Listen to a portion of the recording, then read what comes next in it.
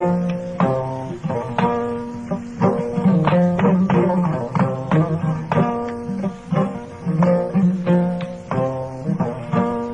بتومن بلغات مراتيكا كيف تومن وحده لا شريك له ولكن الله تيكا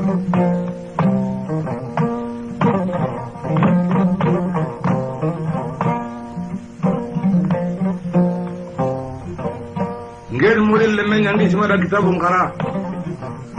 مبابا كتاب قرا دل ناي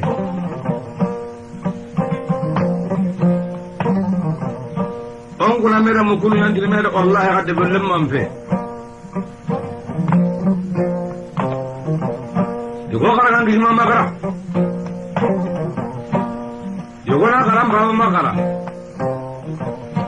وإذا جيت كشماره أروم ما مكشماره وده أقول لنا لأن تكون رجال سارة كنجورو جلانه gella kasare ala jamadi drame sama era sileman tarsena ki jamare tagan nang geserun tringa kurumu ni menderu yeru tanna me gongo porana tanna me jebe oda yuba mamora me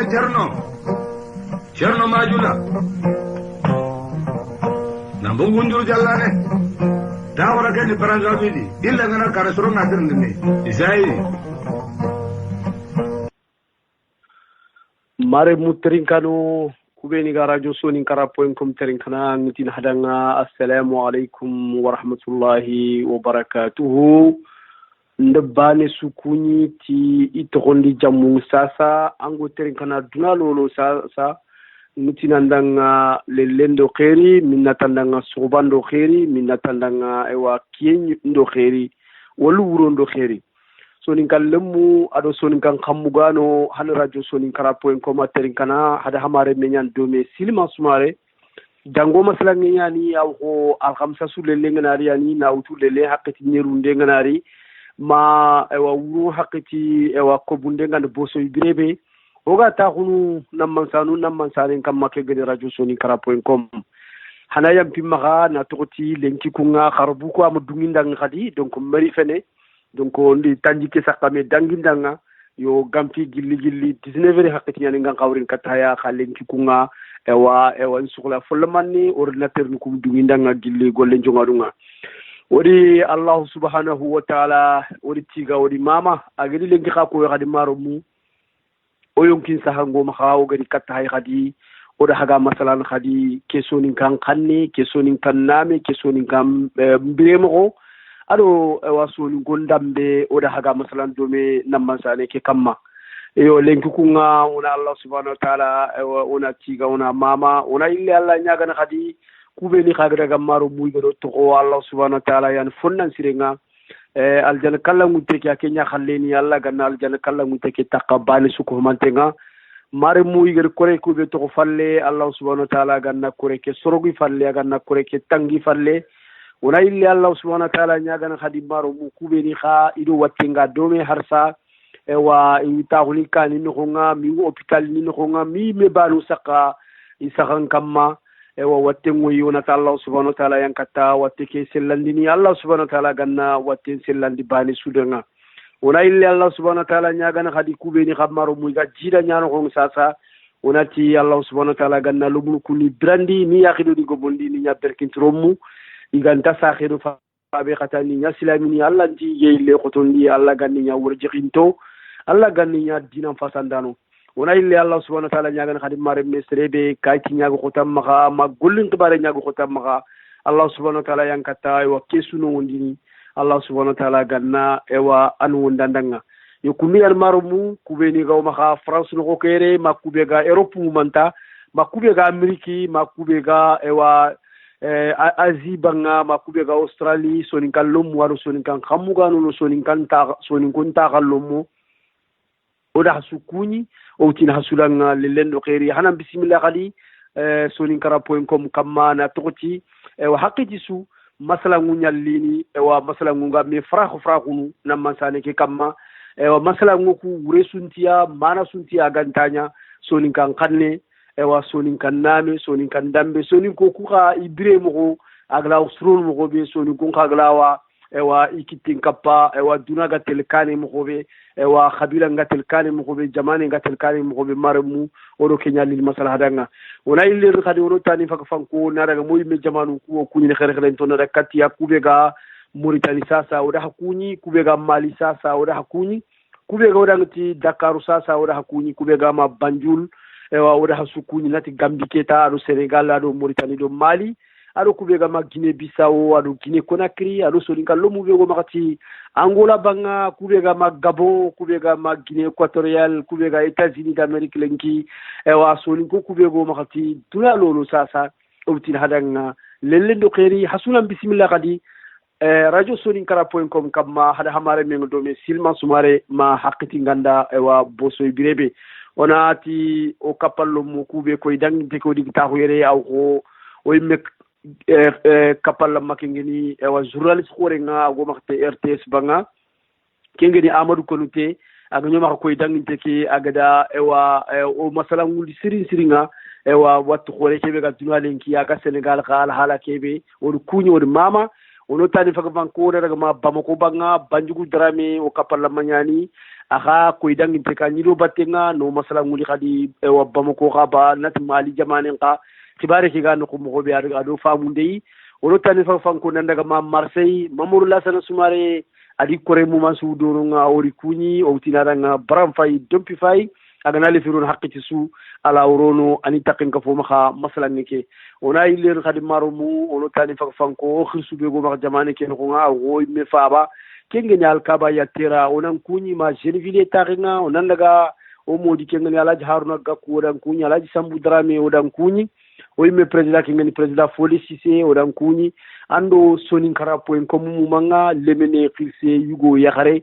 besuga dutuna no nga soninke suga dutunu ke kunyi de no nanti ndan kunyi anke mbegi teringal sasa ngantan tontu ngantan jamuntu wali ngantan ta ko dingray mutu wana tunanti soninkan kanne nti diga me ke awtingin katanga kunyi de khere ten katanga wona Allah subhanahu wa ta'ala ewa o nyaga khadi Allah ganno dallan domi Allah ganna wattu bureke be go ma duna no nga Allah ganta takero dangi yokunu yan ko ngamarumu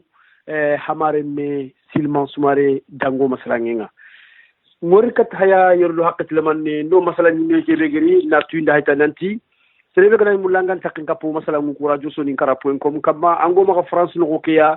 anni numéro téléphone nyawututa numéro fixe nyani awle numéro fixe ngangut illimité nyani wacce solo kumaka anni 09 70 46 40 47 09 70 46 40 47 wolonati kafu ado kobu kafu do kobu 09 70 tanyere 46 tanakati rutumu 40 tanakati 47 tanakati ado nyeru donc mare me yangana mulanga khirindini angoma ka France no ko kayre an ke numéro akhili selanga yanga jama fallen kaya anni 33 nyaro na 00 333 ane 33 angana 33 ke katto anna ewa 9 70 46 40 47 wala kadi anga jama fallen kaya mare me telephone ko tingana maka anni Skype nyane Skype wa télécharger an telephone no nga mangor na tir no nga anna radio soninkara.com anna ke fammi jangu mare me kembre anga duna lolo internet nyaga maka odalla me kita radio ke kamma anka ganta ken kappa maka ewa masala nguku ha bismillah radio soninkara.com alayin balma murama yere dringa fore ujuma murama yere dringa fore ewa kunuyan marumu ni lekata hay khadi hada hamare mi domi ewa silman sumare aga baka debebe geni gidi maka goynitia Mauritanie jamane nga ewa ndi olanta kempana Allah tigande ogana uya kono olanta Allah kempana oga atigande fatamanga alhamdulillah yo koy dangi deke dangi falle marumu lenki khadi ngeri kat haya nakunga hada nanti ewa so gondi ga menyani ti tarana ngedi ewa taxana ngedi bunenya ke digame numuli len kona gogoti dome ya ona masala dome usuna famu dome sere suni ara yin ko akamma na toti masala ngebe gi magalenki kenni ewa ngeme alhamdulillah ngirti karabanya ni kasu sikima kasu nakati nyati kara modaga tikenga ka alla gana kebe rokuto kenyani bo foyo go ka alla de verni alla nyana an kiri ni kenya kasu nakati ewa anga kara ando sorongo gilli andi xenni angal ha andi sumpundo khatingi meno ko angi bireno kunim fayini donc awreni allah subhanahu wa ta'ala agidi ewa onya tarano ona giri France ona daga Dakar ona daga Mali ona daga Mauritanie ona daga Gambie ona daga ewa Guinée Conakry Guinée Bissau ewa kin kana Allah ne ma khore kwa annagiri Ameriki annagiri Chine annagiri Arabie Saoudite anga duna lolo tulenki sonin kalle men daga yi o daga yogoni daga golle yogoni daga ewa khalis muriye ewa igirlonga yogoni kada tuwa ko muriye ewa iri isagi katkara imtaxuno ñimme xigana daga ila xasu kergi xasu tummi masino filiñal dononga après ina ilerin sagir katke kara xati donc a wureni parce que dunalenki yaxite qida wuñe mareme anga jamane no xonga angana fayilenki jamanu bega ko Amerique ni kundo Afrique naxa ma France do Amerique naxa wujunu sikilo fo kilométre ma wujunu naxa kilométre ewa angana leru kergita anjo fe dononga angana oto ngutu France yara angana tangte presque Allah kumme nyana kille nganga ti jofeni donc a wuren lenki mareme Allah subhanahu wa ta'ala adi nowenya hade mere mendanga o ga tereni ni nyakin kamma o ga fayindini ngati fayindin keta a wureni angana dakara angana khasu kergi nya dononga am fayindinia c'est vrai Allah tanna sumpundo khatinya wori ken alhamdulillah suba swangi walla lelle swangi walla hawsoyini hawsangana haw masalana haw digan qoron kono haw kide mbakme meka anayli kharangana ke trende no khati lenkindo digame ke yalli kata ntiti soni gonti ta khana ngana taranan soy gunne agana taranan soy su akara feniya donc mendi manani ona famu dome awre ni manga maremne sadi mbuciri do nga mana ke nga mul na bagalenti no khube kenni o kube daga tere gunne ke lenki o kube daga tere gunne ki soni kalle men sugri asudaga yogo France yogo Congo yogo Gabon yogo wa Guinée Conakry ni Guinée équatoriale ni ma Guinée Conakry me ma yogo taxu Banjul yogo taxu Nouakchott yogo taxu Dakar awreni ka o giri o bele bu kulo o giri me dingro kulen ko daga anta mais ko o daga iti ndi digamenti taxanan soy tarana akara gunnenya mais est ce que sol gonku digami am ke jufo burunde parce que taxana law taranan soy ni mo ko yoga na nyam karagunni parce que man ni sigi ke nga mareme kenni le nganga na korosi wogo odo buku be fayil sasa mogo jamanu ku be fayil sasa angendi simma kebe angiri to du falle kara ankin andi simananti angir ni gilla ga mo ko be angana yille katte har sino fili falle ma sino sik falle an ni mo ko bane kiya anken ni kenya simma ka Allah telle gunne ke yogola o nyano tadi wu ke sunya gunne tanji ke sine tan nakate sina ya nya gunne kiya pour tagar kebe to Nouakchott magar kebe to Dakar magar kebe to Banjul magar kebe to Bamako kelli nan dange dinan takinga daga har gunne ke yimme be awreni donc taxana law taranan soyini ag feta kara gunne ba alfalle parce que trendim feti nanti na abiyo mutan nandaga so dun ko gadiga be ko mana be a feti nanti taranan graga ad khubu faram foro ngori ad batima faram foro ngori ada ewa nejini ngori ada no hade andu wodi hade miri mi hakli lampunti ak nyam masala le kundu nanti parce que ngeli neji ngori donc nyam fasanga anke ngam neji wora bata wolinke daga nokku yogo nuku bu faram foro ngori ndi États-Unis ngori e wanda lo avion noko kenna siginanti nke am fasanke amoti digame ki faga yere so yogo ni simman kiya no igeti taxana ngari taranan so isu akara gunne nya awre ma normalement angana ngil kara anke ngara al halatu ang kara bre mo gontu ang kara e wa golnyam mo gontu anyi lerni khadi andaga nokutana andaga nokutana khadi anni bire mo tana wala lunga anna golnyam mo tana wala donunga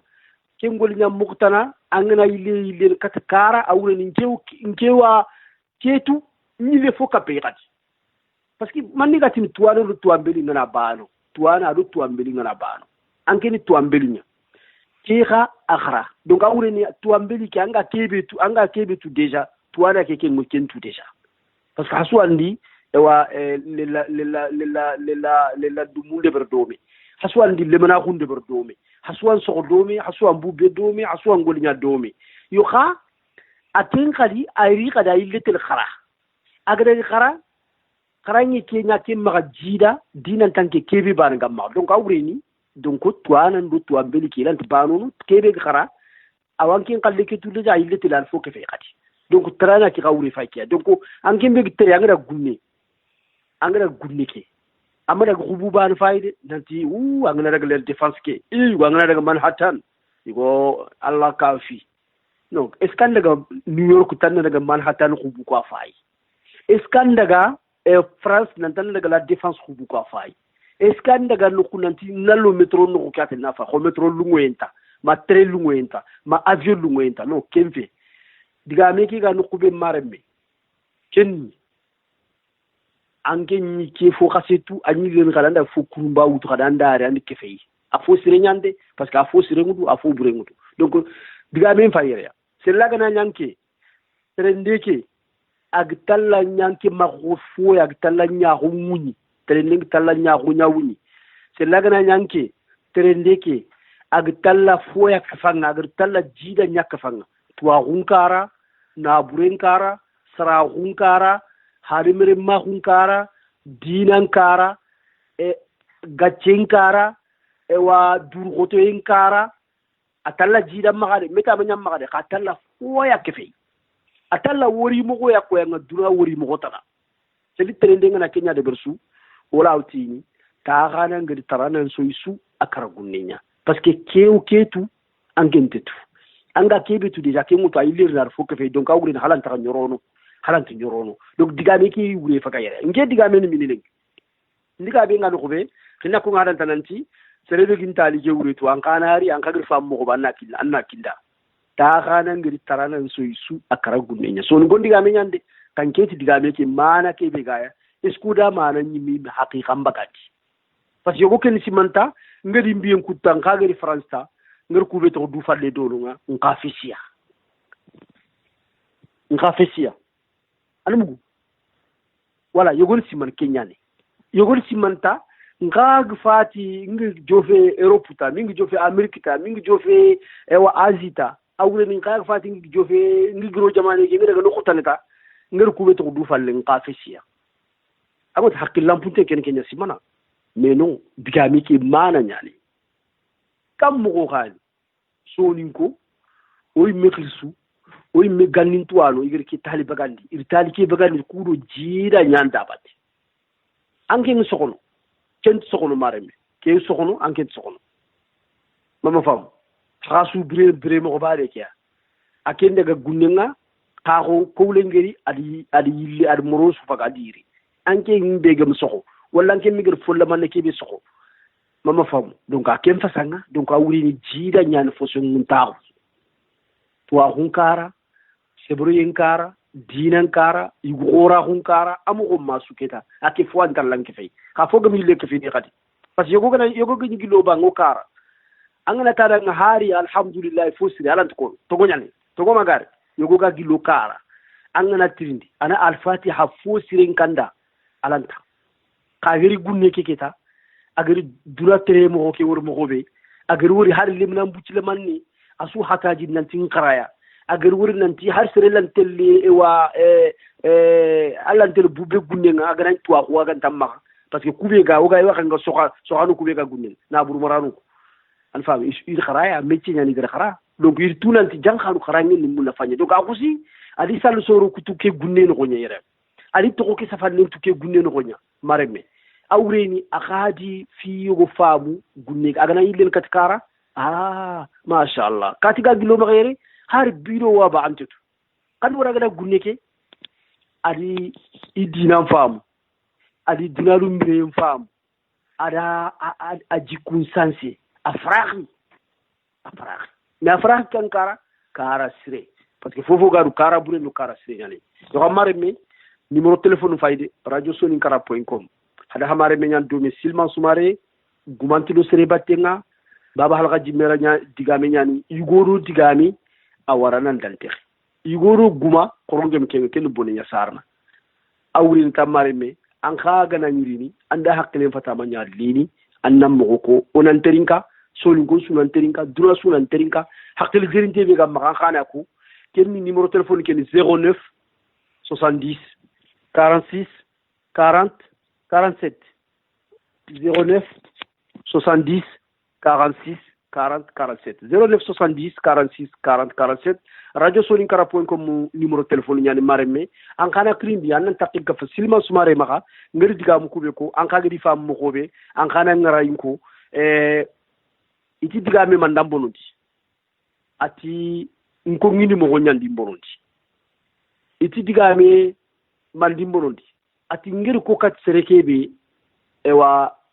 asere fitike ngam makawa ko kata kama iti digame man dimbono da tingari digame ke ko haqqi ke bi haqqi akuni haqqi ya fiti wacca digame nyane mama fam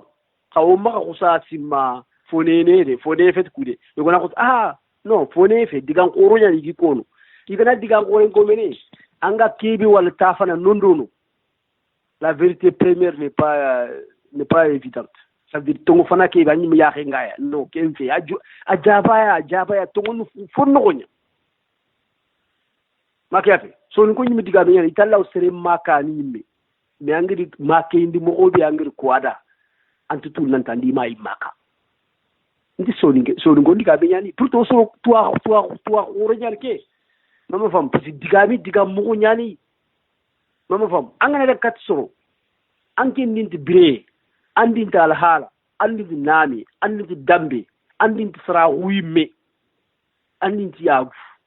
tiga mu yuguna angana ikon katku ina laga nan kata ikunte tu iku nyagu mu fetikenga anki nga kibergal yagu iku nyagu fetikenga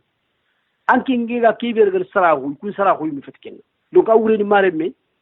fofo gilliti diga me ke yatina nan kaw sefeni mendu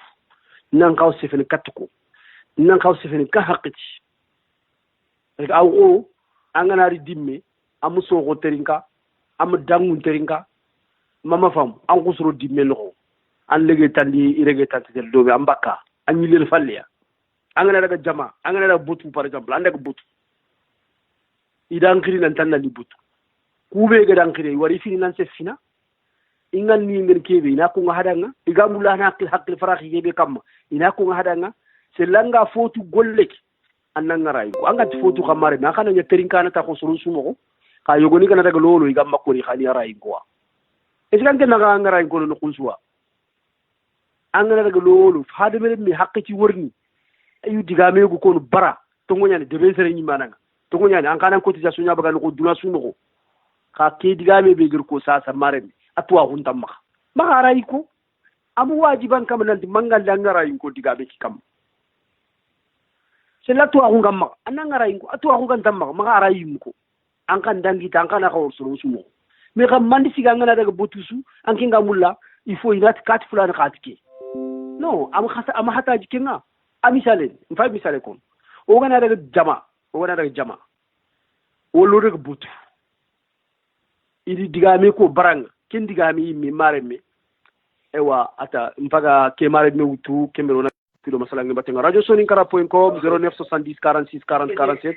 09 70 46 40 47 mare mi daga telephone assalamu alaikum wa alaikum assalam wa rahmatullah aywa ke xanni ani finga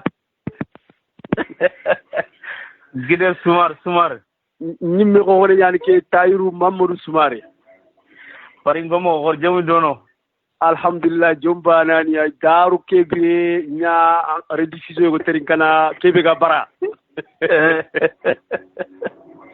ni me bare to so indua wallahi sumare burungala ma nga tulen ngo xibar muko alhamdulillah sumar ay wa ko jomba ni ya sumare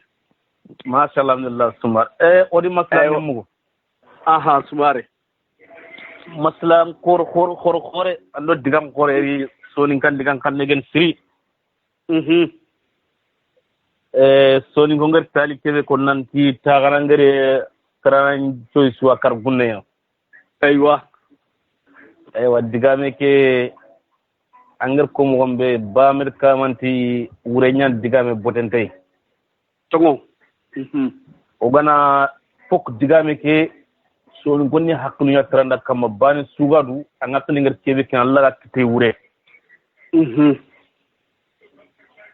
nkene digame ke jabinti soni kon talim bana gadi aywa kallenga namungo do tarano kallenga namungo do tarano aha iki kakono ikono muke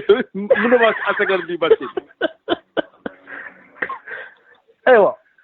antu tere aha allo école khorea tongo allo kharan kum khorea tongo donc angana ro kharan kum be keda annan kawanta anna khara angar kubeni to am palle an kagana daga Allah gi kharam mundin fo kuma angar kuma wonbe très fitan daga ndilla défenseur wal kun no kem ko tefe kempe kenya fogere ngati kallenga namudo o tran wolengi aka kallen mungudo hare me ay antu mungulu bawon lenki angar ko mo gobe angana dakara karan ko istranu ido soy mo siri yo ido soy mo siri tongo ngati wat stranu o mo fo sironi yegulati ne war fo sironi kawr fo bonondi parce que nisi man to nan kawnto tere o khana tuwa tallan cepno debunno tongo parce que duna lengi fofon tuwa kunya yo lengi ngana dogo debon école into wala mun kharaga inta kharaga ore mu odi soya odi nya sondi fonya wala o kuyimni benige dingaran ko taw o soyndi fim berken ona millioni muto ni ro kharan kompo allah ta lemme na daglo kunu anta kharaga anta kharaga an kharan ken an ko soyndi golle nyangar debere hademre men kadi or anger ko mo gombe anger tere anger kebe tono anda sunyi fi banwa way ni simantan ngin teranga da ketan fitan ni wori yo and bremo gebe wori tongo anganari angan kawan punkape parce pumbire mo ni gana ke xama akamallan ta kan toyin keta ay alante wala digame ke wuri nira aw digame ke wuri nira parce an ken tere ke dangar bremo ko kubini wala dangar experience kebe ke duna angar kebe to am palle ken xawante ken la gan toyin ken lan tan toyin lew tongo aya fay fo nyana anga soyini anga tere no tere ngam tere galla ko faamu wala c'est comme voilà ça kian yo suwar wacce yo ka terin kana wona xabari fini salo do xay dome wacca ngone tayur mamour soumare Allah ga dan kininga hara hakati laman ni mangir kininga oui parce que ngiri kara angar wor nga kudiga mu ko no se ngiri kara wallahi ndi khasu nakati me jati nya kara awre ne ndi fi wori ndi fi mu wallahi sante donc ndi ni nanti jankanu oke tankrege sine oke tandube sine oke tanyere si ona ka ta ko ona korinde ndebere wallahi ogam korinde ndebere su tungaranka ukenyano maka ko lada ya ta me anani lada be ganat fusruno asante yan parce que ke coronavirus khibare geri anyi mun tunwa jankanu wodo buku ido ibrene bakka tungaki à 100%. Asante. Anyi mun tuna nanta hari sellin kabane be ga wodo buku no jankana su 100% su gil tunganya. Wallahi. Parce que donc awreni o tungaran ka ko kelen to ran ka wa tinde go trindini me. kube ga taxun kara bedege ken xungle ki yogolaw tini aywa kube ga telli garni telli ate garni soro yogoni nati nanga au contraire kube ni dal France kube ga retraite lengi ga kara soro nati daga kara messi bon sun diya batengrenki aywa parce que soro ni ani soro magananti ni gunne ke ya ni francia donc wulun to nyani ala jali kuno aray kurumbo nyallini ala jali kungana taxo in kar fra hunwa mi khaytan la kari lan kat falliya aywa c'est fait que foganira min c'est fait que su foganira parce que yogol tan nakati sine nya jamane ki agana giri gol nyanka tel so foyen no nya wala tel so kan no nya anta journal fayni anta fofo koyen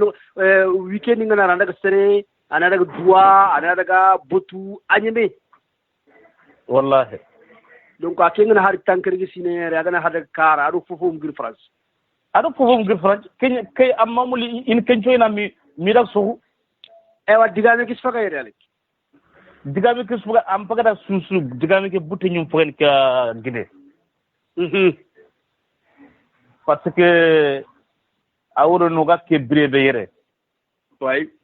ona mo ko brien tamban gonal la ken kudo foyni adu do kudo fotani am xaw xeben ke ban parce que o gantu mulli nan joye yo alla gari fartanga nyango dang o kinye ku jamanu ken kuy yu alla gari nyango dang kuy gore alla im gatu agatu o gana tere khoronam fay no gana fay no makam ke mbandi o khanan taksindia o laga kebe wutu khalaga tella srono demu aga fosrono wallahi kian il faut qu'on ambreke on a vraiment que frauke o ga ke gunne o gar suro ko wori igar kebe suro do khana onam pay ndo di wor kera gamme o khana wa hakli ko golnamud o laga tella me debro karin o ga ma debro suino soyno bana mirak so kian so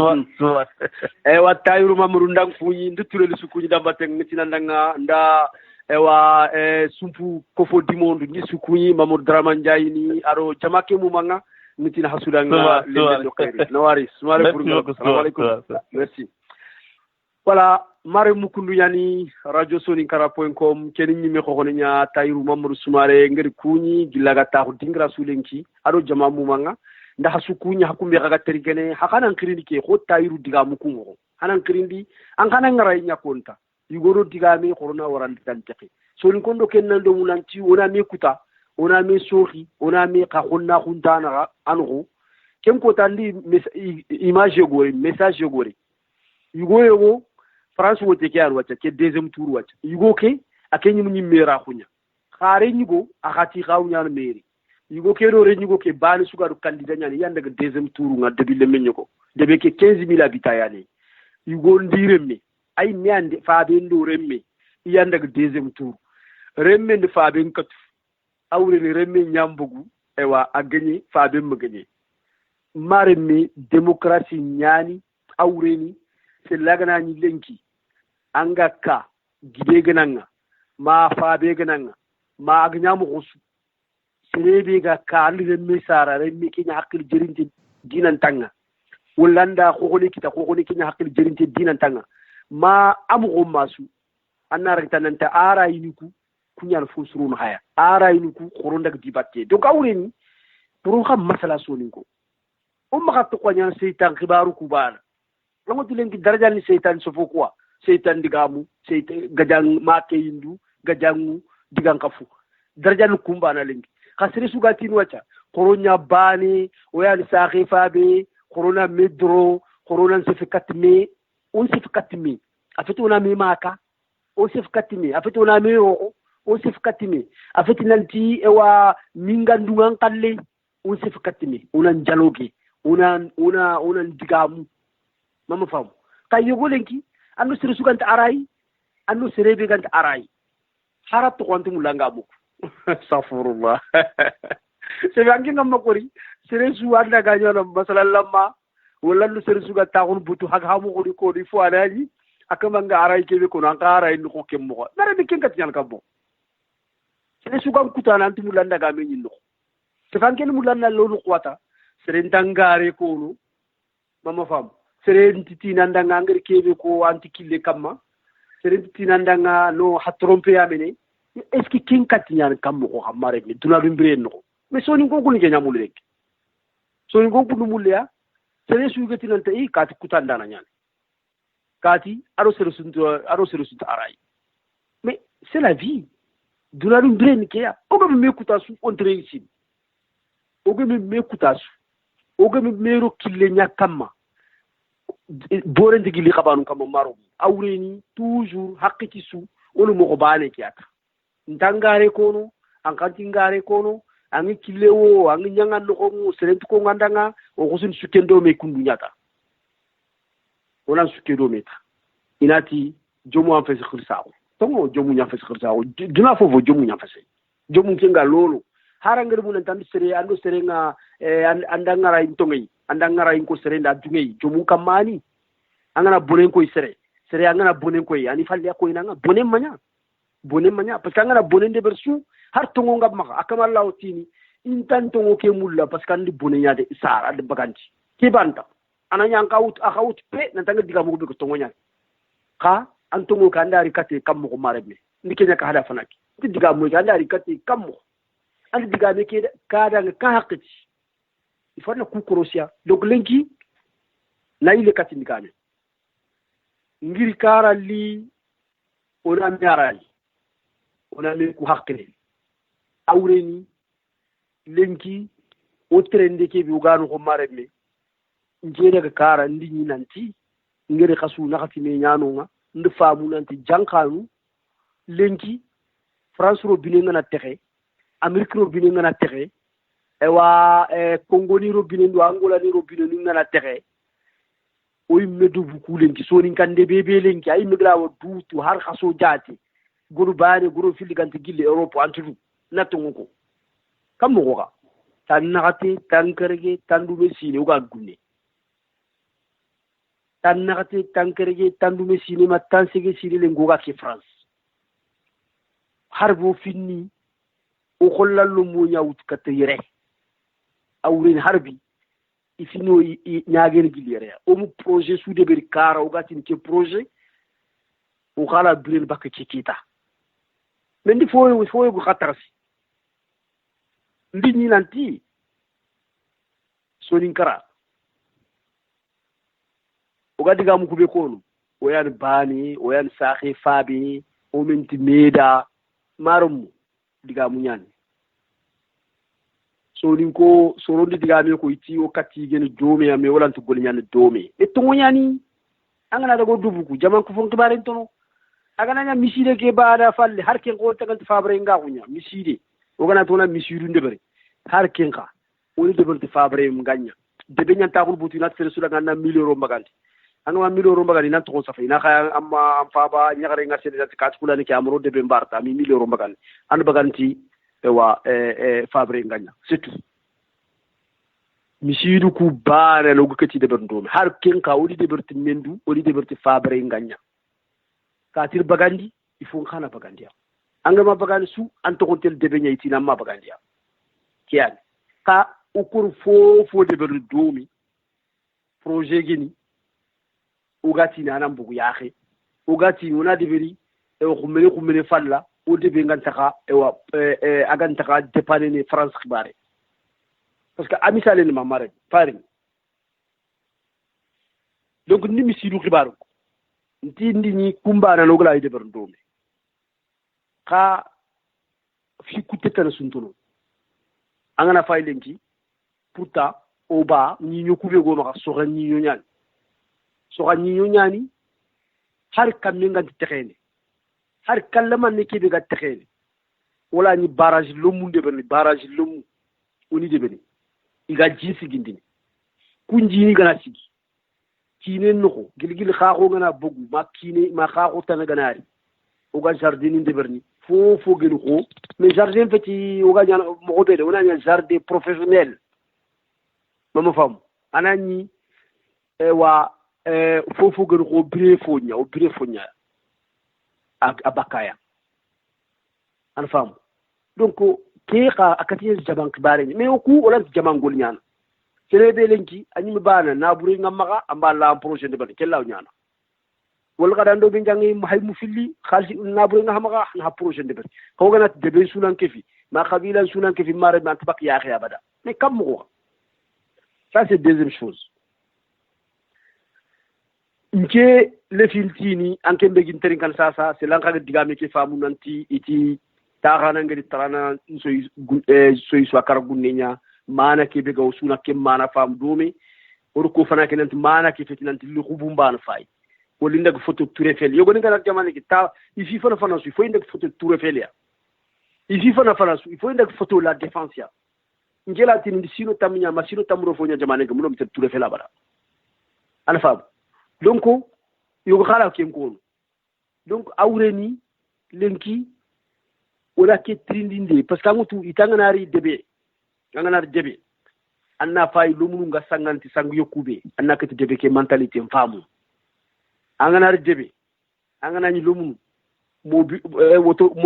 woto lumu yani ma ga woto ni fabriquer yim du ngi fabriquer ga wurundu debe no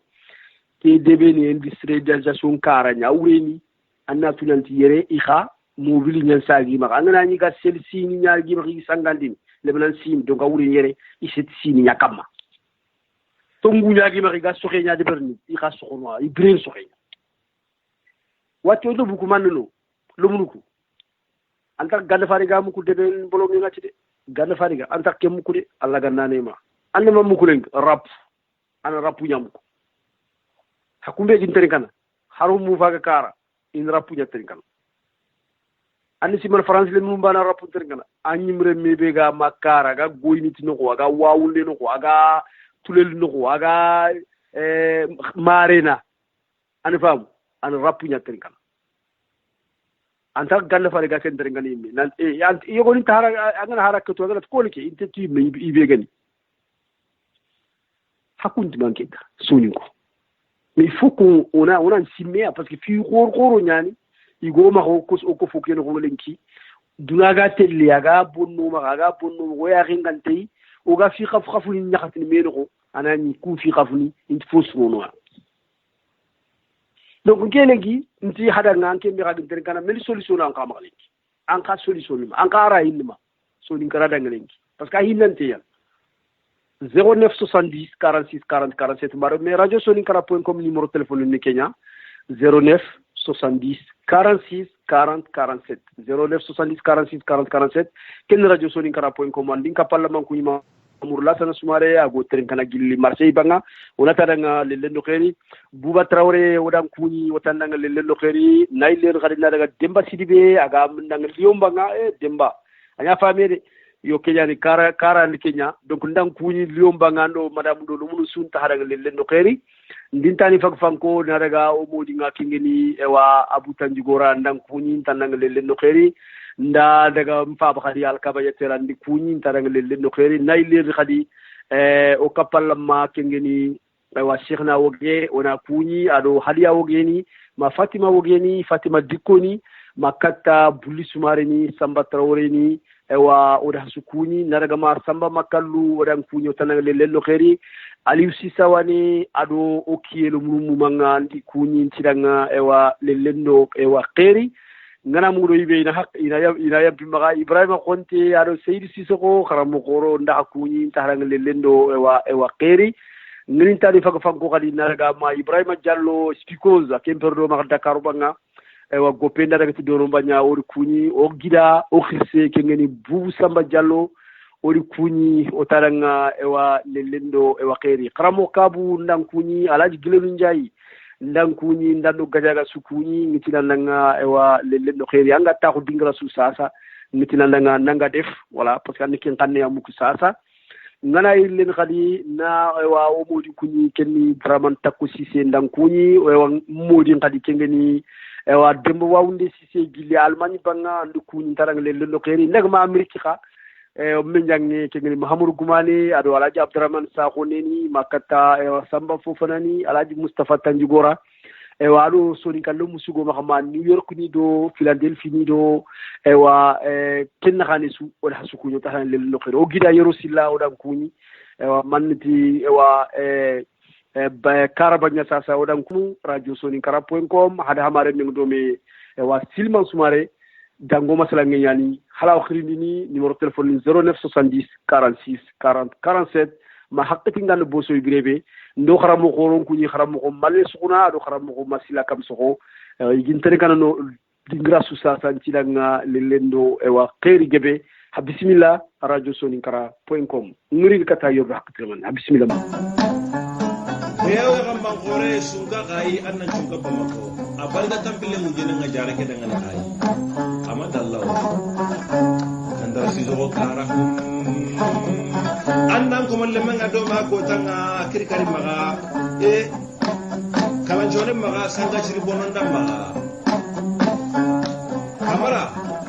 kagoro sage selendigi maga nyame ado dudum maga nyame kamara ko baldu maga nyame kamara aywa kuluyan marumu radio soninkara.com hamare nengi le kata hayadi silman sumare lenkini alkhamsanya tubabe kaso begini mois de juillet aywa afilon ko tanyal lenki sine begini ujunu filli aro aywa tampille wori allah subhanahu wa ta'ala woli tiga woli mama agari lenki khako khadi oyong hinsa hango maka oso ontongeri wal khamsa suuga soro gar ka tay gado da haga masalan khadi kesonin kan kanni kesonin kan nami kesonin kan dambe kesonin kan khille o gar mi khadi awa o yumi gati mi medanga nti awreni donc digamin to khotona maga parce que anga kebe ko no wani mi kanne nyani anga khanne kebe sugu mi simana mi kenya mu ko dinanta khanne su anga khanne be sugu ani kenya mu ko dinanta khanne su donc o gaari khadi da haga masalan khadi o soni kan kanne ke ewa kamma lenki sere ga din teringa gilli golle jonga du ngande ko hada lanti ewa lenki masalan nge nga wuru kebe kamma kenni ewa tungaran ka ko ke harsa parce que na to ko tinken ni kara ndi khasu nakati menya dono nga donc ndi fige be taxi dono khadi ndi fige be wur dono ngo ganari khadi wona haklu faraxi dobe parce que masalan wani mareme angana wuru soni gondi ga menyan itangana wangana wu annani ngam palle fayil mandi murundi mama fam o gara Gambia alaji Adama Barrow son excellence Gambie président ak tribune kamar digame ko parce que Mahamadou ewa député l'honorable député jande digame ko ati gida igede ci da ngati nanti ewa yugo hore ngana wuru aywa c'est le fogante de su akene do fo abatte yugo hore ngana wuru c'est lagante do fo batte su fo kenyan dabatte akenyi mega sigi alaji aywa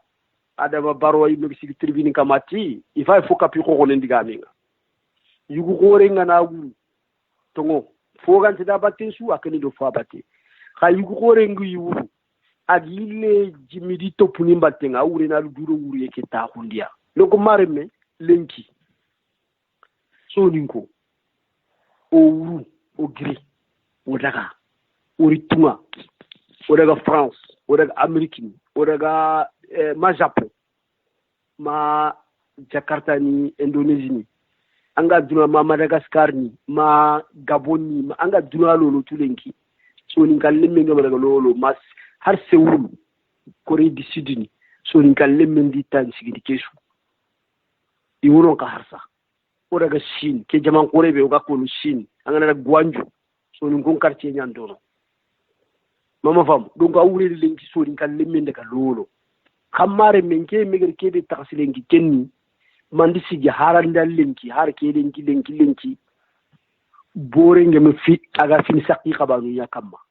harsa so ni gondiga me yani jinga fin kurungo ya kammo ko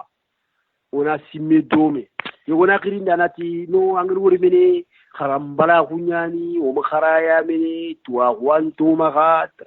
mare mo dal ku muketa de tuwa wanto mak o makharaya anke mbe gati na makhara am fay France tanjike tanarte tangrigi sina ng France am makhara mama fam manyami tam makhara man ni gilla ngam angat ko tabe nan tim khara khara ngi ñandi to falle ngam ro khara ngi wala nga dal lu mum khara mundi ka harsa kiyani digabe ki faka yire taranangiri taganangiri taranan so ya karagunninya mana ya gobe ga fa ya bagandi anke lire and tanakate tanjike tankarge sine jamaliki an kartu nan ta kadi serelante telekani serelante wullini serelante fifamu serelanta gollu nyogoni deber nangam kharaya mais andan korentier andan koresu to du fale kara andi to Bamako Mali wala Mauritanie wala Sénégal wala Gambie wala Guinée ni kufilli andi to do mandi to no kusu mais di hat mi be gan kawruna mi kenni na fernya ngore ke ngema khara kunna khara. Allo, assalamu alaikum. Alaikum salam Sumare. Ke ninga serenya koyi. Tora danga Sumare. Karankombo. Ise nyamasi alhamdulillah. Korjom bana nonga. Tora sutia. Wanjire bana Allah nuari. Sise. Wada masala ngentrenga masala ngore kamaile ngire. Sise. Musaha yo ganger muguntike lo da tata. Sise. Angatu soni ko nyidi kan kaso kono. Yo lengi otra no waklen to ya sirin gar mene. Aha. War ganni ganyi kedi ga me kono kembra la nyena teren bu kumlato. Imlato to. Angana baraka kun sono. Kandara ngana rantelan anaka fa muru kagandara nyade. Yo Kenyan. Yo galenkal alhamdulillah ode orkani ngaro gunenga. Awan simme magado nanga o hakle to koy mara haro gat ni otugat ni logon ni dimo gosu. Yo Igo sergen dimo gosu. Ono hakle to koy mara khorna duru goto na kafangolu ndebari. Tongo kofungolu way. Woro gana kafa ku golunde be ku fosuro noy kubeni ga kara ado kubeni ga telle a fosuro noy. Tongo. Yo anke nyimi mele yiri ganga daga. Aga nanya an kote gam daga ekonomi tam magano. Azigemme. Kambomba kare. Andaga takap. Andaga takasu ville kasu nakati ando kunyano. Ndi soro ngorno gesere kasu segile giga kara gil mois de décembre wala giga kara angat wi gere diga me ke be gere kebe ko gella gananya kingo kun economy ganti mi magano tagano so ni yari ni sogon kitare sergebe ga to ngal mega ananya ga anka genyira ga da mo fofu fungiya am fofu fungiya to mega ngana daga nyaga chakabu ken ngonga wera anke kitabu be ni genya maganta ka kun kita yo bo ikunkunda demi wano fonu be ni ge I maga anke lan ta tengna katiya ku ngai kan ta haranya ga murana golle ki faga an kalan tar sere trindin allan sere trin allan te Allah bo kem ku kenya ni ono akle to ko ime ko ne oga tere gunenga taranga haibanti nyan haibante anga gunengo anga kani ngo anke haibanti nyan haibanti yan to ngal wera ngana giri anga daga karan ko ku ga gari inta anga lanan talino ngalla vakansinya ante tuma na kasim bakede ante tuma anga ere ga inti hinne na ngade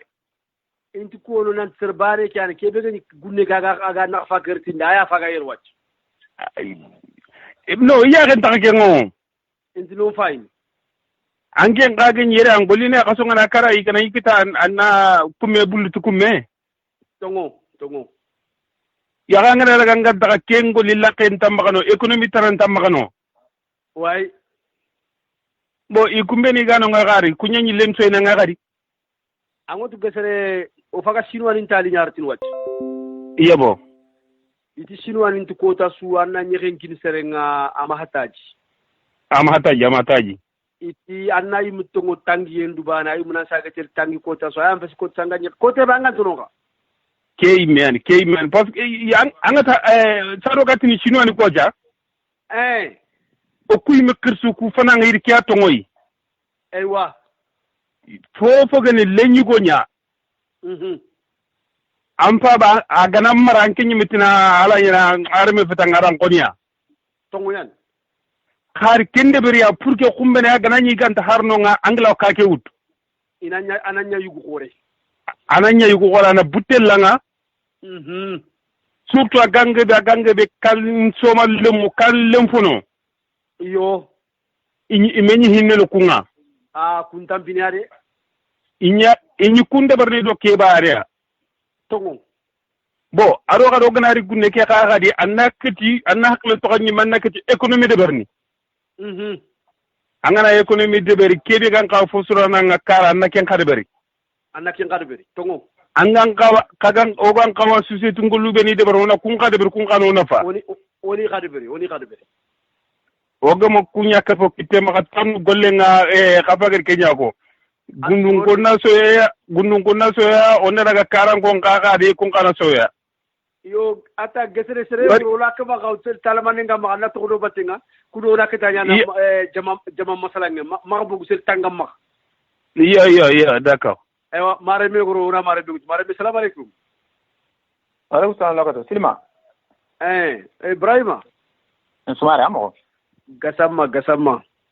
kato ko torawnya aywa tora sundanga nga batiman ko xibar mu tora sun alhamdulillah ndo cheikh na jabe sisi ani rew yi me gesere nga baka ba farara wanteri kana tinga gesere ko nyini gasamma sisi nga terenga nanu su ko nyini gasamma o do ana wa ke watebe dar na sire dangindoy amin allah ya rabbi amin benu ga jaro ta afrika arni sire ni no ga sire inshallah amin ya rabbi amin yanga yambe kama important ngai quoi ye digame fo de petani ke gonda misalu mutu Thomas Sankara mo ko kay quoi Thomas Sankara eywa tata oranke higa jana kilibana Thomas Sankara gara isaina Burkina tagundi mo gombe quoi bata Thomas Sankara ganya president wakati be ngar hibe no hama histoire ndo ko ati Europe do no kusura tinta i demande hibe gamla ni dema ani demati golien nyoki nga anamri demati maro ya ani mari demati te anamri demati khalsia aywa hibe gamla na Burkina demani demati yo kinya i menna goli ina katuna dubirandi to kia wala me oku karanu imaten demande oku me maken ide wutu nantoni demati golien nyoki ngon to kwa demati lendo maro nyi golle ke fa ke Ibrahim Thomas Sankara ke nuka wari o tinan to ko serende mara kundunga anga na ga igana daga fanyu akenta teke way tongo akeda buguna frontière su terana ti demandana su kana demana ni demati yokinya i hajuntan yilenga i hajuntan sukara i hajuntan te golnya nyoku wala tips ke nan to ko kenga tusru burgina in kenya na nyaka ndana ya ske angara ke be kana iga i hajuna hotana ya kan o karana ke sistema kama o kama ke sistema sante o ta avancé ne voilà ngeke njate ni ko kamulo mbugo megeri ke oni demati yo kenya tani itmena ngoli ga bidadum gesere alla Ibrahima gasamma ga bako daga no kube gani batima jombo ko batima aywa alla adiga memu tongo agar kebe ka tamu yani kesunde ogla wakille ngala kesunde ogla safare ka oga wakat kebe ni men ko khorna kenya jarde Thomas Sankara ar kani awari o khafa kenya wacha ona kane khata o gallen ki kebe ona kane khata nanti gel haraga na yoku gamte ku beni garni kunna ran ko nanti kismeni ndo ko goni irkiade bere adona fa terende ke ken tongunya yo agani o ma foye quoi c'est une réalité c'est vrai kha prendem buren mané daga ando fonderni daga anna taxno kenya buren diga men fayre ko gari we tungaranga ko ke lengi o ga na duru ko to ga kapu kube ni de barno kunsa so ketina fo de bro bangay i kunje mbo sasa système wono nga ken serenité angat gelegelo ku ga mino nga wakati kebe yo angana jom on kentir ni nyere ngolle har kamme kuti kasu se ko ngana daga no nganga nyage nyigana aywa fangu kanti magade ka alla de kar goro yi magano yo karo ku idi sorgo idi tanga aywa ibina fankitiya way laut nandanga alaw nyena oku gidima ko bange subal to ko banga mega jombo ko subal lengono anga wala subal lemme nga tere nandaga noku maga nanyo ka kelenki dunanya de comme khalina tanga gabo kembali kulaw ni jibrande no ibrene ha abe wala kian anganari kaninga igari kari kutaga mo be anganari kani no ngi branto ngene mo kebe kenyeren golle way no silma golle yen fokini serenga yo ngi simona ibrahima kebe ga sefeli sasa akenyi mi job hani jombo mare na ngi simona awatu batima kendo mare na ken me karanya ay ngati ni serebera ngama ganda yarim pana aha ni kenya maka ken batama kenya ni ken batama tuwa ay wa afata malikia wakati nyalato wuce nyalato aha ngati leno ntuku ne yanda ka mbake no sasa mbogu no 90 aro sasa raga yangu jelato de alatu voilà kem palli non to amene non to ndaka ko nyere anyano aywa aywa Ibrahima diga muge ga makkato makadi ala fo kape wala anke benere yo gesere agara diga ngara tamu yako ti ganda ya fana kebe bataman ken tungu yan trabla chama to trabla chamwa tung wala bataman ke yani donc o ko ine ngeme nyange mbai yani quoi yo ana ko ngeme mbai agani tikambe nyange mbai gani tikambe mbai ana kabanga quoi aywa wala kenke agara ko mo be bo subalungo makado jumbo tungu yan kenga iyo me tusuru ona mpoindi goliyan nyuku kubare ke kwa ona karango kana deso to pisike deso bigi kuma tene terne ya ima deso to nanti wata ko nambireti nunga kwa ken deso ntia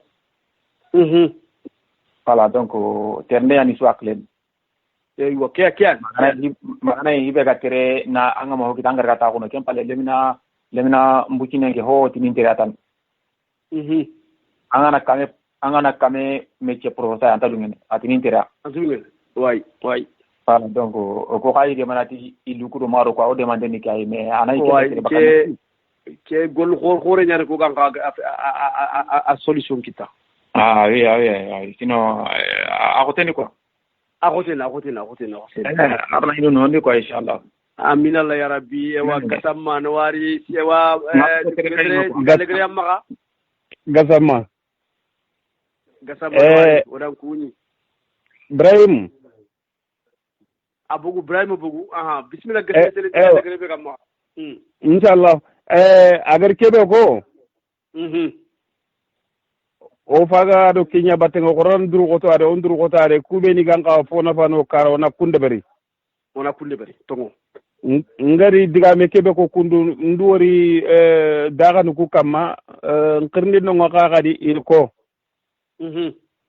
i jombo ko gerger ku bi gi ma sa ga nyeren kitiya ken khana fo go aga fo bako danga o somage minga tongo yan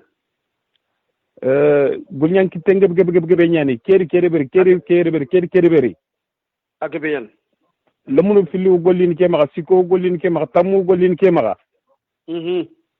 anda dalla kun ka ganari ga golle ke no ngai kharni fotana simma igan kawa de barni way tongo yoga o suna gri onari gunne bo angar ko mo be anke daga kana kubeni ganke maka nyeme bo igana nyeme obre na kam moy keta a hoto yande kaga nyame ci xasu ku ma kanu nga wala economy fotana wono nga ngana daga no Allah brent kenga yo tongo yo xorna duro to na kun ka fokite magay oni ko fokite mo wari ke sado ke wate garni awdu amera ke ro garangundi sirin kan mene ar fige be akarangulo gesere ar parce que agar fangi kebe kutono kanga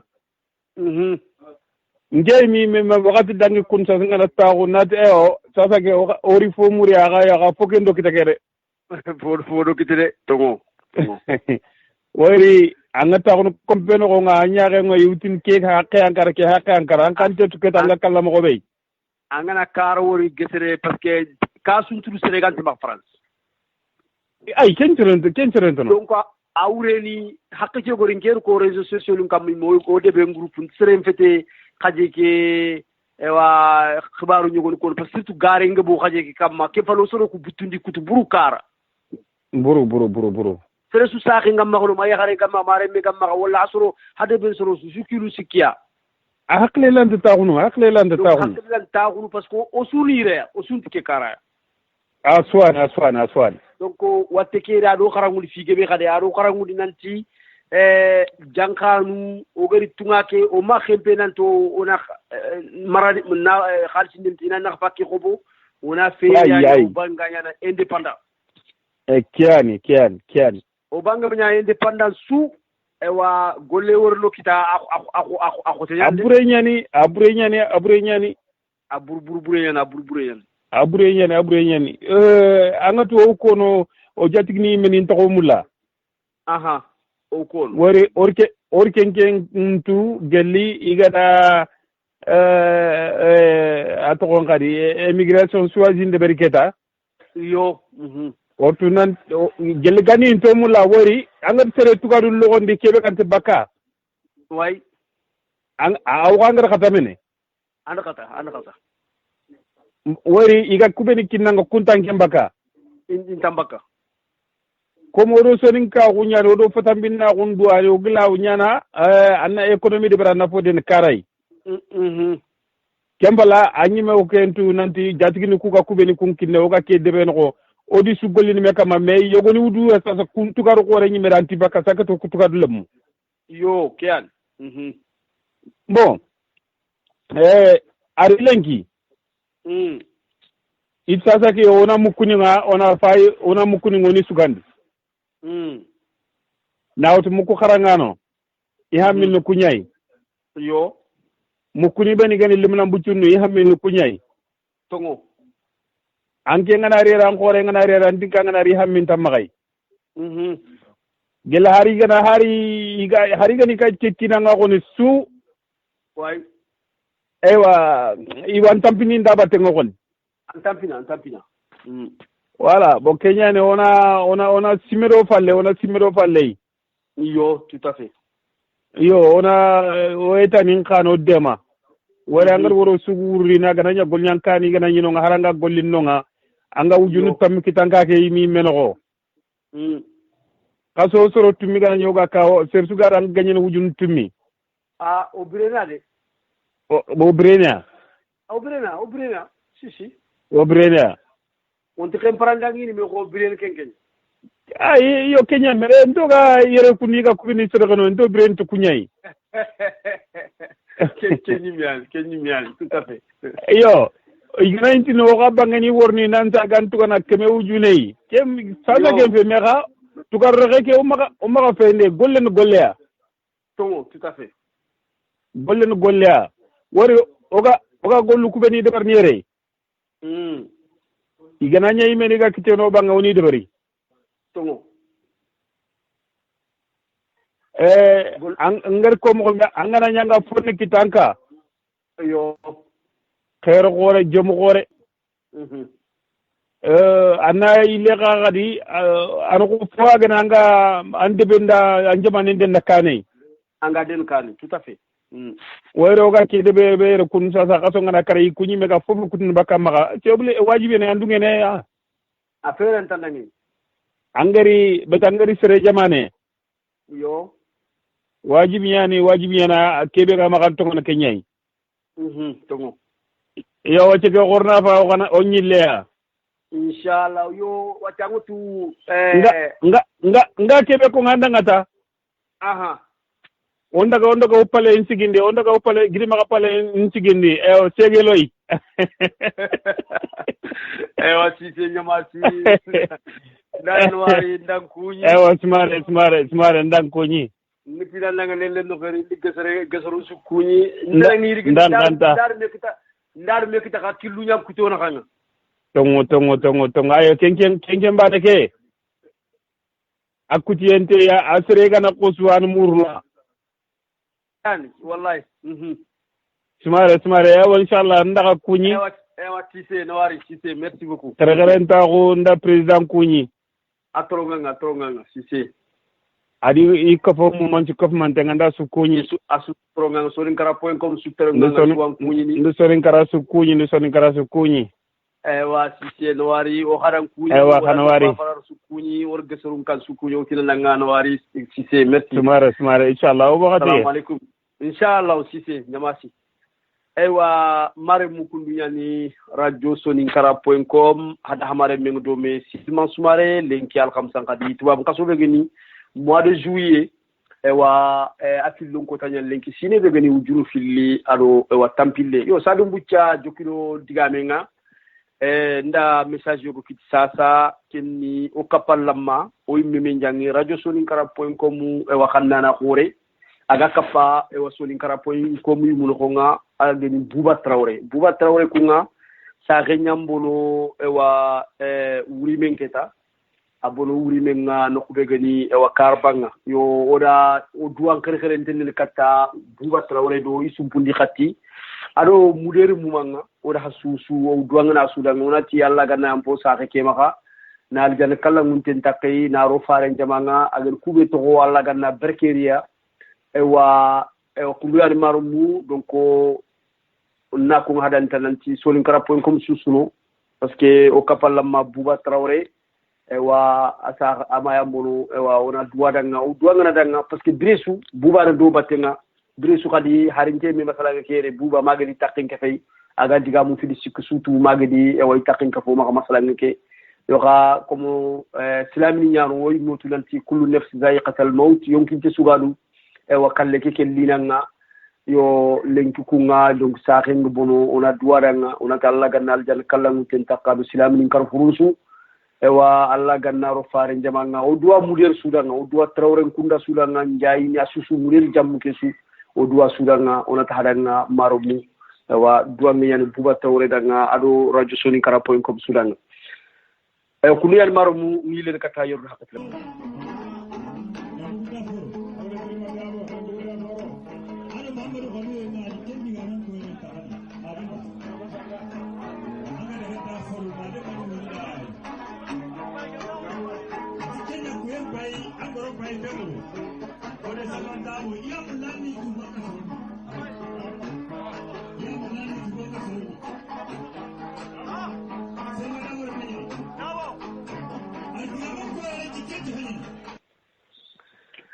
aywa alaji ganda fariga alla ganna anima alla ganna jar kala ngutin taqadu silamini kar furusu marumu soninkan kamugano e wani leka tay gadi hada hamare mi do me silman sumare dango masala ngani ndin kuñina xere ton de katta de serembe gadi kirisa sa ke ngini e wa cheikhna jabesi ak de bebe gani e wa bafara gidi ma banga or kuñi warado bafara su kuñi warado su fundo khati su kuñi nasimero min kapalla mamme jangi kigel Mamadou Diaby Cissé len ko tanga ga bafara taxe nga ngitina nga alo xa xol kamuko parce que kamul job tere njopa o banga yo nay len khadina bafara sukuni na oma o gire nyara kigeni madame la députée Bano Koli Diawara ndukuni taranga e walle lindo xeri e wa kunu yan marumu radio soninkara.com ndaha sukuni kube go terin kana gilli France ko ke ma Amerique ni do Allemagne ni do wa Espagne ni wa hakumbe ganta tampini haganta nyoxtene Bressu haga hatta penka po ma masala ko Ibrahima gasama be bugu sasa o kuni xade o bâtiment sukuni na jombo sukuni do wa Ibrahima gasama batenga ndaga ma Angola ni ngeseren kuni kengeni wa siru sira wa ado soninkal len sugati do lombanga o tisura ngale len no xeri o da hada ngala bismillah ona daga ma ewa Gambia Banjul banga o soninkal lemmi ke bisu ber meñi do no lenki ewa Alpha Karaga ga bako dan Star TV FM Star FM ado Star TV e wala donc or kuni o taranga ro gollu kam ko or kuni gilli banjul de nga ma tere kunda no nga o taranga ewa lelendo ewa keri odo jati min kuni jati suru kube ewa igoro doro hajaka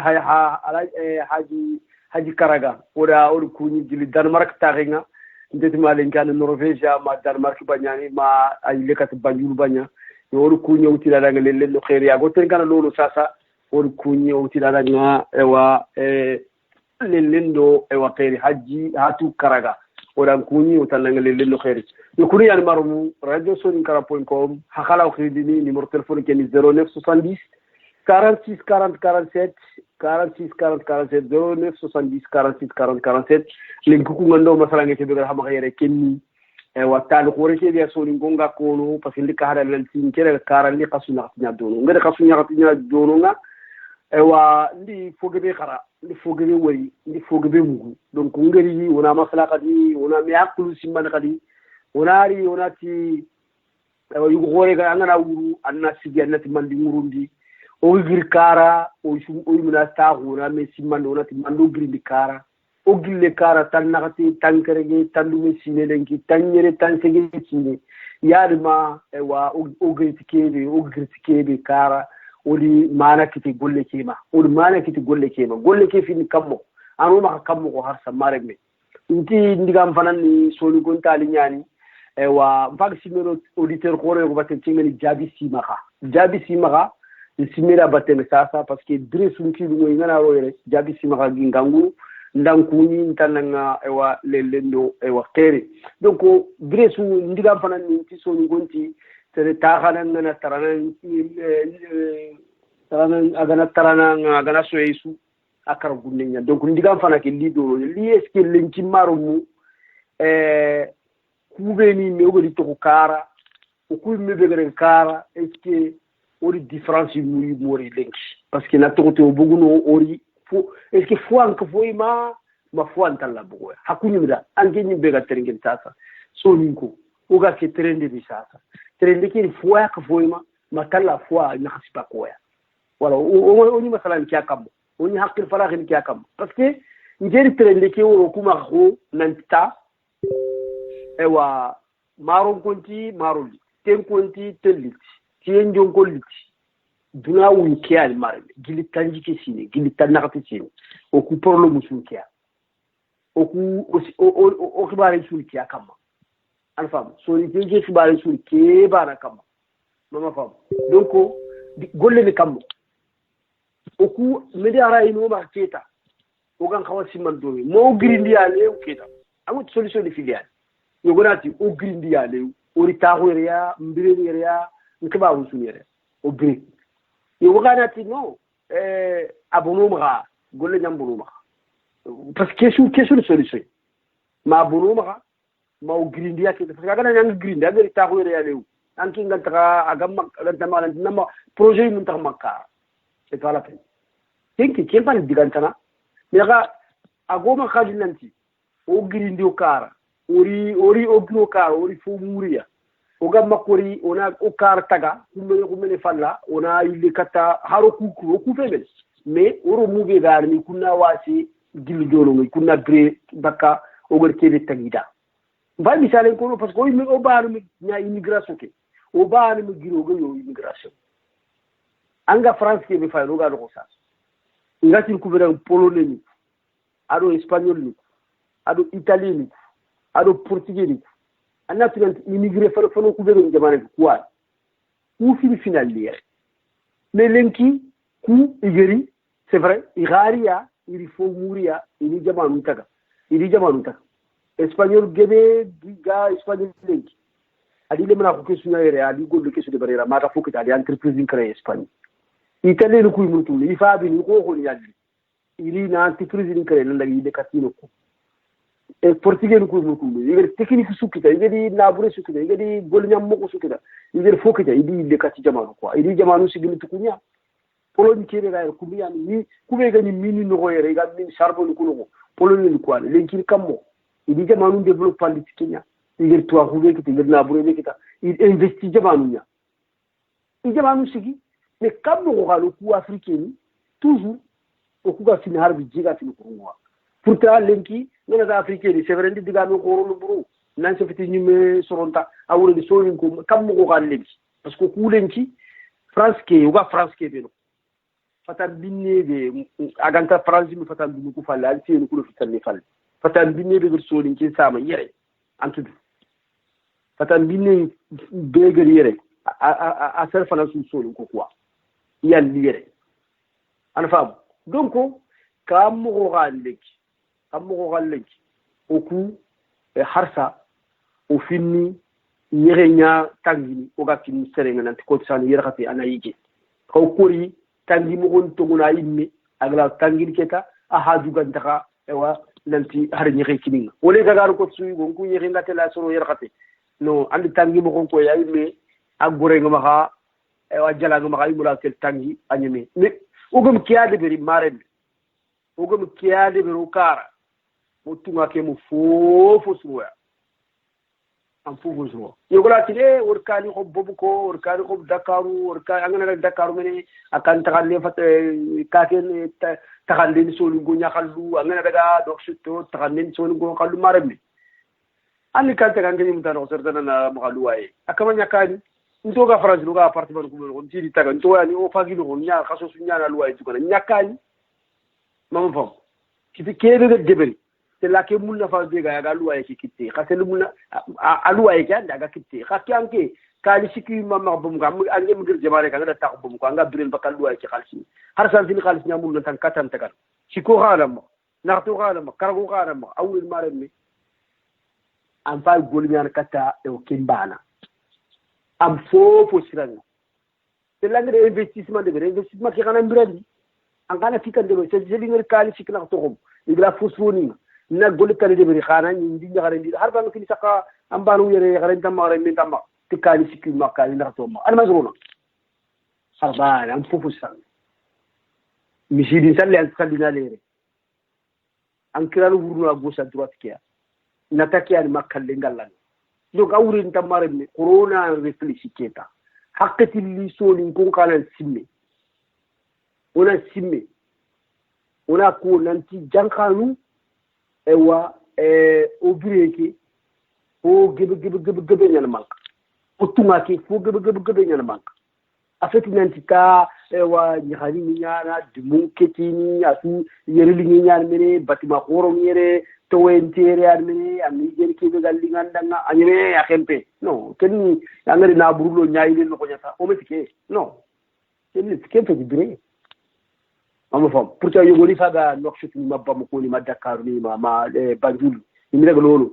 i debrouiller do no nya idi manga sene debar do no nya i golnya do no nya ni jina bure sukita me oku anya ko mo ko khabila nya anya ko ma ko la da nya anya ko ma ko dumut finya hari miliyar ni ngana mahanga waktu to manga Dakar manga babu fanna liyere yogoni ni kali ni gagale garnia mama fam yogoni hari ni butiki ni tekay ngari e xana fi fo kana liya c'est tout ngana li o parce que duna suru kundu ngana li kana nya fi sumo kamwa mentalité ndambe nyana goya na bugo yi nga ko tiyan ko mar voilà donc masala kene ki nyamul na masala ki akama a côté nyani c'est vrai digame nyani digame côté nyani mais kha hakati ni khoron ngene me wulu no wona ngene me wulu c'est vrai o xé to gani angana de o xé ke oui o xé ko to nyani parce que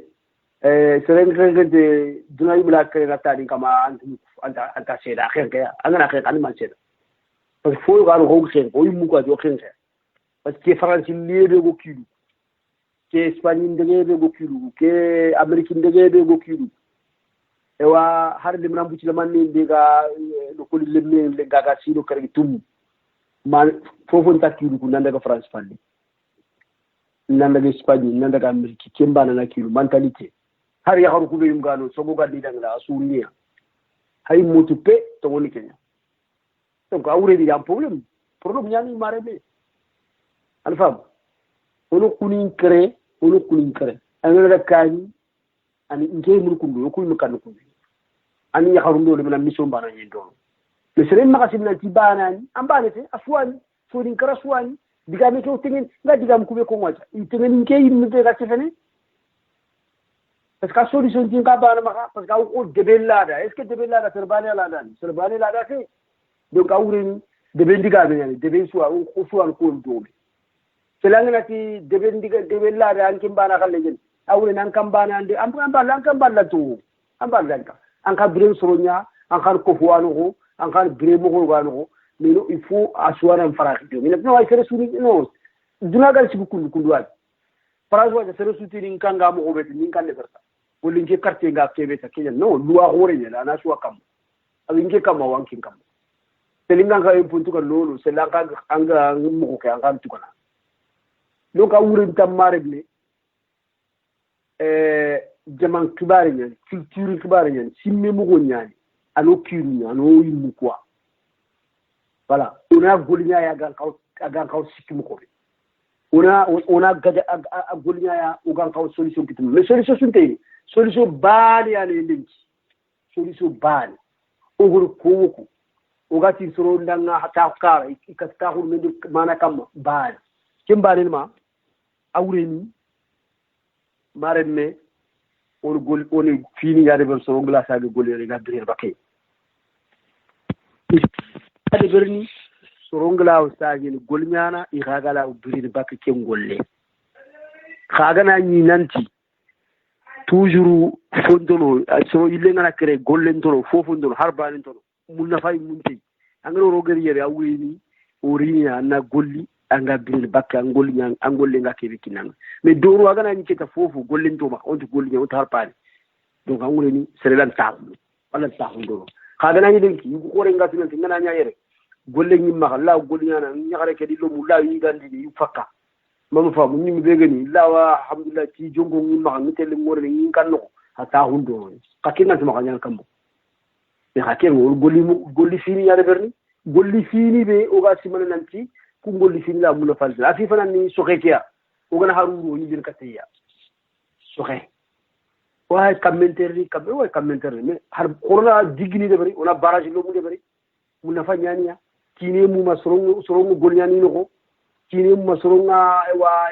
jardin de berni yogoni gil xaxu na bugu ma xaxu tan galli il jardin de berni anga yi treme sutule gil de berni na wutu basalle na wutu fatata na wutu wa pomme de terre na wutu wa chou na wutu carotte na wutu anga fofo tulenki oba sorobe jingi ma parce que projet jani fana de gere jingi ma il de berni gili ko le ngana dangi ma xaxu ngal ibril bakeya ana fam itu wuyu yang kutu no c'est vrai c'est ka agana ni ko projet min to ma maren projet sunto ma projet mun sonin karama fo c'est subanta c'est les khalis la lu gam ma ndan kan ko bomo ko wala ko nokseto wala ko dakaru c'est tout kemba nan projet ku tekeke projet man to ma ana fam yaru fil sikinato yiri projet ñal kiay mama fam anna tantilere me makara ni ba ni mu sakere ant fofu tida ndax fa ke kontinta ant kontini an ke mbana kaso ngana kara kebe ga kawtela ni jeni anyeme gili tankerege tandume tanyire sire wol ke bana mais hakatiri wona sigi wona metrindi wona tibe kammo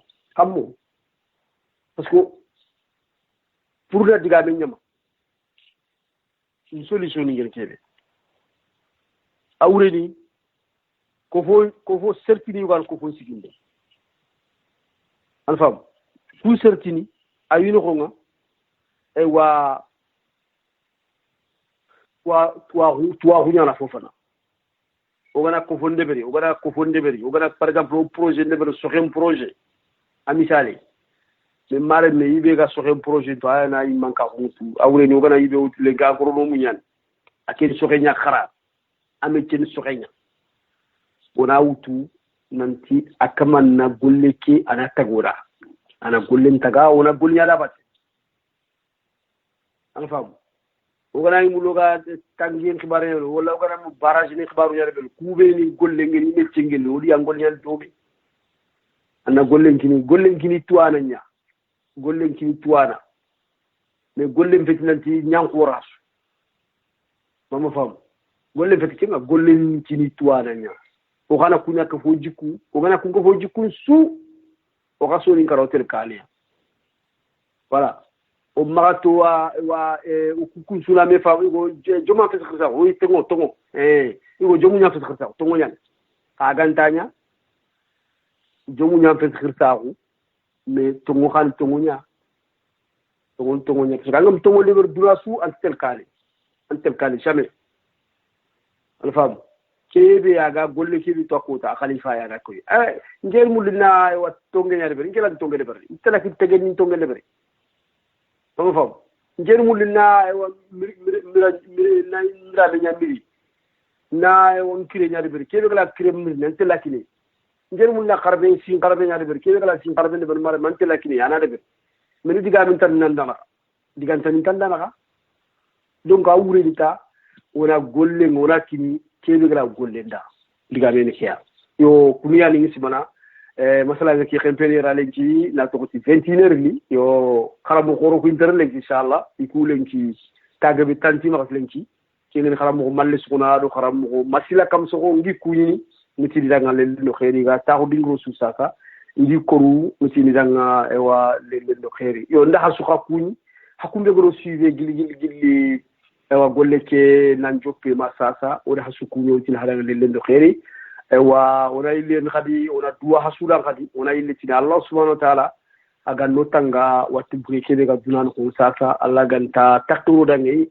Allah ganna odo kurundo ewa o sumpundo katindo ana duna sutanga Allah ganna duna sutanga ke go ke watti bresu gadu Allah ganno tangai yo ke ngana dangi khadi hanara ga khadi nanti masala ngi dango akhim penera linki al khamsa su kenya ni nautu 19 ngana France lerenga ma 21 hamare musulman sumare garna hama sala ngundi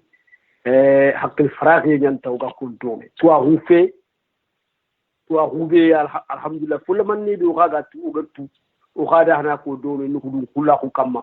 to logana futu kundu de bari kenga am gro yimi soko alla shaytanan ko fo maga o gana fo gade fo ga ko to ngeni alla ndo sahaba go bundi parce que asembe to ku yimme yo gana digame ko gada gana serebi khatoro amna tulan khadi hadu mur mu nyano ya o wara yi nyakota tela ray gan kama kan kana ko problem tay yo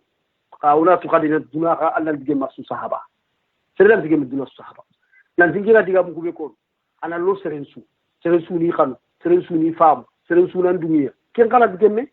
angana diga mu yogo ko yogo na yogo fowutu anta yogo andiga be ki susu gana ko yimbe yogo la ngana diga mu ko yogo fowutu bakiya kan diga mu ko yogo na fowutu bakiya ken tan hade mure ma ko mo nya c'est tout à fait normal parce que am timmi hade mure me nyana ngam timmi an ka ko duna so sundo an xenne an sikki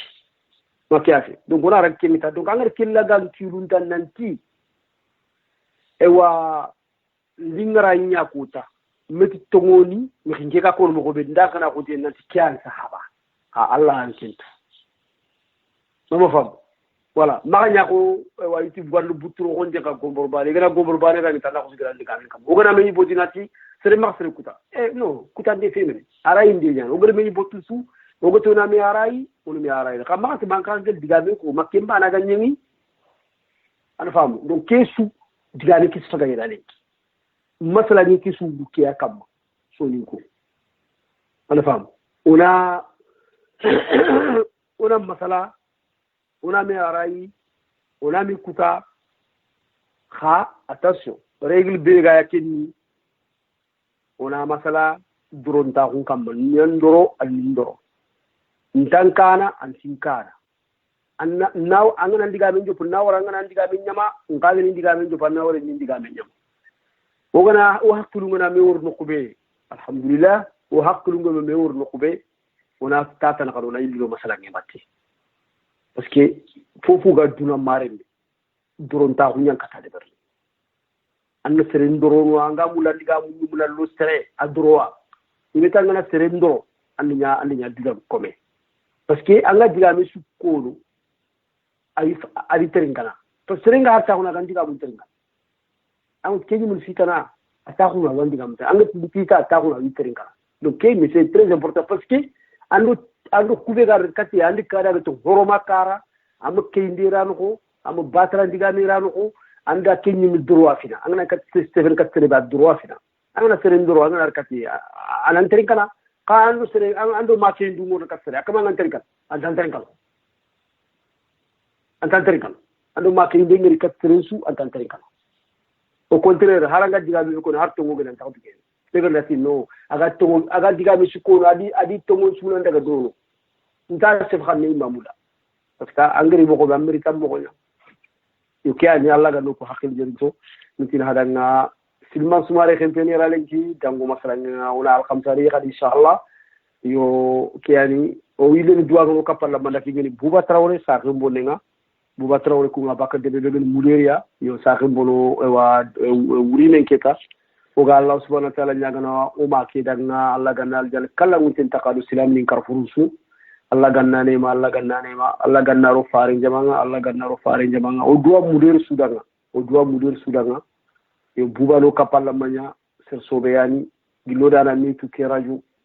sino mamme keta on otili sino tamro fo aketa alhamdulillah donc toujours doro taqwa no toujours respect nyano na yo o duwa ngana danga ona duwa o sara na kedanga Allah ganna kare sire takay kiani marmu miti hadanga والسلام عليكم ورحمة الله وبركاته